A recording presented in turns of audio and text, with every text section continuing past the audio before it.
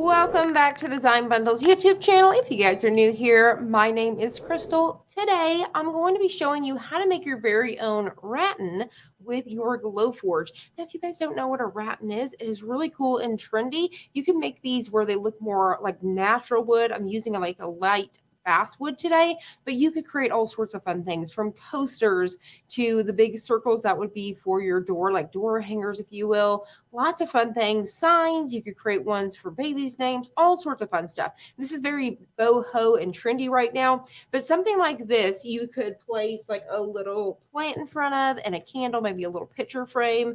And then this would just kind of be like a little home decor piece. So we've made this one today, but the file that I'm going to be showing you actually comes with tons of different files that you guys could use. So let's go ahead and dive right in. All right, so heading on over to designbundles.net, this is the bundle that I'm using today. It is the Love to Craft Bundle Volume 8.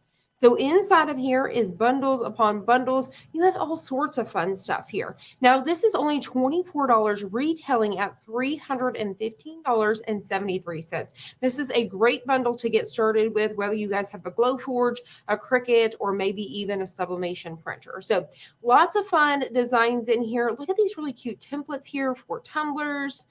So many different things. We've got stuff here to do some cutting boards with the Glowforge, but the file that I'm actually using today is right down here. This one, this is the Rattan pattern bundle. So if we click on this, you're going to see there is tons of them in here. So it gives a few demos. So right here, you have these squares. You could even create these for placemats, if you will, for your table. Maybe you want to create these to hold your plants. Like I said, the list goes on. This is something that's been super trendy for quite some time, very boho and chic. So we've got some square shapes here. We have different patterns. So we have circles and then more of these little hashtags, if you will. I don't know how to explain it. It's not hashtags, but these little inner, like it's almost like woven, if you will. So lots of different designs there. Like I was telling you guys, you can even create your very own door wreath if you wanted to, your door hangers, welcome signs. So you can see the circle ones here. This is what I was talking about with the coasters. So you could take some of these circles and create coasters with them, or maybe even taking that wood round and putting your child's name on it for their room, or even with that circle, if you wanted to put like a clear coat over it, you could have this essentially as like a plant stand.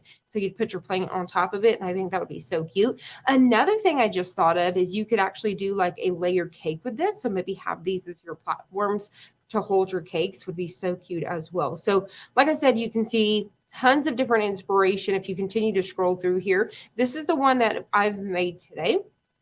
And so you can see lots and lots of ideas here. The list just goes on and on. So tons of inspiration. So this one right here is included in this bundle that I'm showing you today, or you can purchase it by itself if you would like as well.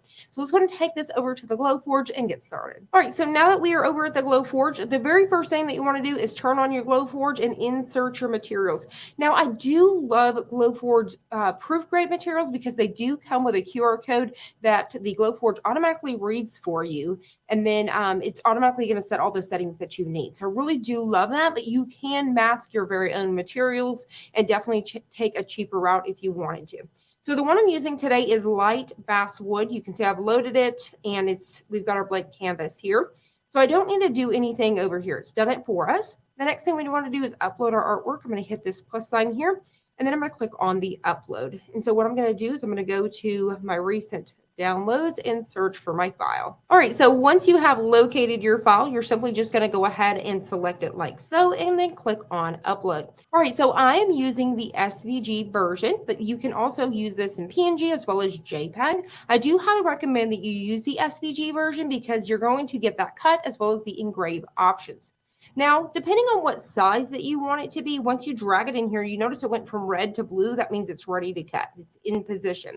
Now, you may be able to cut it in this direction. You could open up your ruler, which is right down here at the bottom. You're going to click it, and it's going to tell you exactly how big it currently is. So right now, it's 7 inches wide by 10 inches high. So if you want to adjust that here, you can go in here and specifically say, okay, I want it to be 8 inches wide. It's going to adjust the height for you. Or you can simply grab your corners here and you can size them just like so as well. So you can adjust them just like that. Now for me, I made mine quite large. I did around 14 inches. So what I did was grab my little rotate tool here. We're going to rotate it. And then once again, I can either drag it out here or I can change that width, which my width is now here. So once you rotate it, those are going to change. So I'm using the width here and we're going to do 14 inches. I'm just going to go ahead and clear this out, put in 14 inches and enter. So that's going to go ahead and make those adjustments for me. So at this point, I can straighten it up. So come back over here, try to find that little rotator tool. There we go. And then I can go ahead and straighten this up. And then the other thing that you may want to do is to save your material. So you may want to line this up in the best position. When you're using proof grade materials, I do recommend that you try to avoid going right here so you can keep that QR code, because essentially we're still going to have this much materials for later, whether it's keychains or whatever. So I do always recommend keeping that QR code, so keeping everything on the left-hand side. So once you have this ready to go, we're going to go ahead and double check a couple of things. So both of these are set at engrave. How do you know which one is the cut fob? So you can kind of pretty much look at it here and you see how when we highlight this bottom one here, it's given us a dotted line all the way around the outside as well as those inside circles. So that means that this one should be the cut fob. So what we're going to do is click on that here. And then once you click on it, you're going to be able to get these options. So we're just going to change it to a cut fob. So now the engrave is blue and then the cut is red. So hopefully you guys can see that there, and it's just going to engrave all those pieces. Once you have those two going, by the way, before I move further, I do want to say you always want to engrave first and cut last. So if my cut was on top, I would want to go ahead and grab it and move it down. You always want to engrave, score first, and then cut last. Now I want to go ahead and teach you guys a trick. So instead of doing the engrave, I went ahead and changed it to a score. So you can do a draft score or you can do a high quality. I did a high quality score because really a score is good enough on something like this. We don't need a super deep engrave, and that's going to save us some time. All right, so now we're ready. We have our score, we have our cut.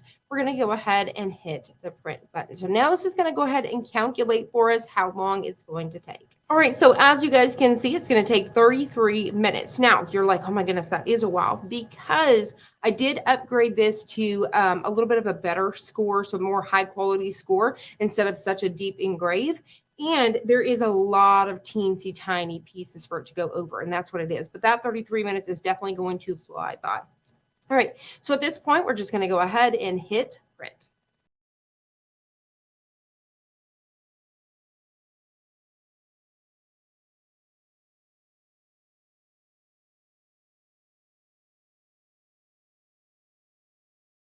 All right, so as you guys can see, super duper easy to cut out, and they're gorgeous. This is a nice decor piece.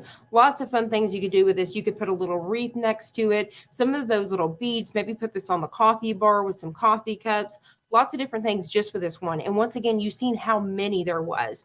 You could create placemats, like I said, coasters, your plant holders, all sorts of fun stuff. So I'm going to go ahead and drop the camera down and I'm going to show you guys how to remove the mask. All right, so hopefully you guys can see a little bit better. And you guys see, we didn't need that deep engrave. It looks gorgeous. So let's go and remove this mask. So I want to go ahead and teach you guys a trick today, because this is a lot of little bitty pieces of mask we're going to remove. So let's go and remove the majority first. I like to use just a little weeding tool. You just want to be careful not to scuff up your board here. So I'm going to remove this. Now, you have a couple different options. I used light basswood, but you could definitely use MDF if you wanted to, or you could stain this. So you could stain this a really pretty, walnut or whatever color that you're wanting to. But for me, I like the natural look of it. All right, so I've took the majority of that off, and now I'm going to peel the back really quick, which should be fast as well, because this should pretty much be one solid piece. And that's what makes it nice. Sometimes, depending on the designs, the back is a little bit difficult with all the little bit pieces, but because this is pretty much just got a little bunch of holes in it, it shouldn't be too bad. So just going to kind of get a hold of it, kind of get a routine going on it, and peel it all off. All right, so now that we have all of our backing removed just like so, looks amazing. Then we have our front. Now, I will say there's a couple different tips about this. One of the things I will say is you can't even tell the paper's on here. So you can actually get away with leaving this paper on here, because one of the things I do like about it is you get this little bit of a burnout on the paper from where it's cutting. So hopefully you guys can see that, which in turn gives it a 3D dimension look. So it kind of helps shadow it. Does it make sense? It gives the shadows in there. So if you actually leave this, you guys cannot tell that that paper is on there. So if you were going to stain it, obviously you would want to peel it off. Now, if you do want to peel this off, number one, all you simply have to do is just take your little, weeding tool, go individual, peel all of these one at a time.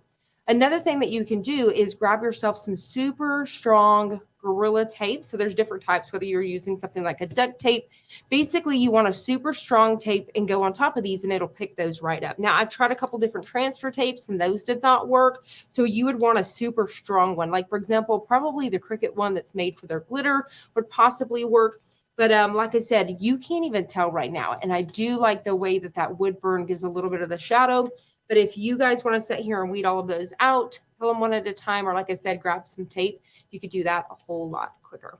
And there you guys have it. How super cute is this? How perfect would this be on your entry table when you first walk in the house, or maybe even on your nightstand by your bed? Lots of fun things that you can do with this. Once again, put a picture frame here with a plant, all sorts of different things. You could put these on shelves. So many different Rattans to choose from. So I really hope you guys check it out. If you guys enjoyed this, please hit the like button down below and subscribe. And we'll see you guys on the next one.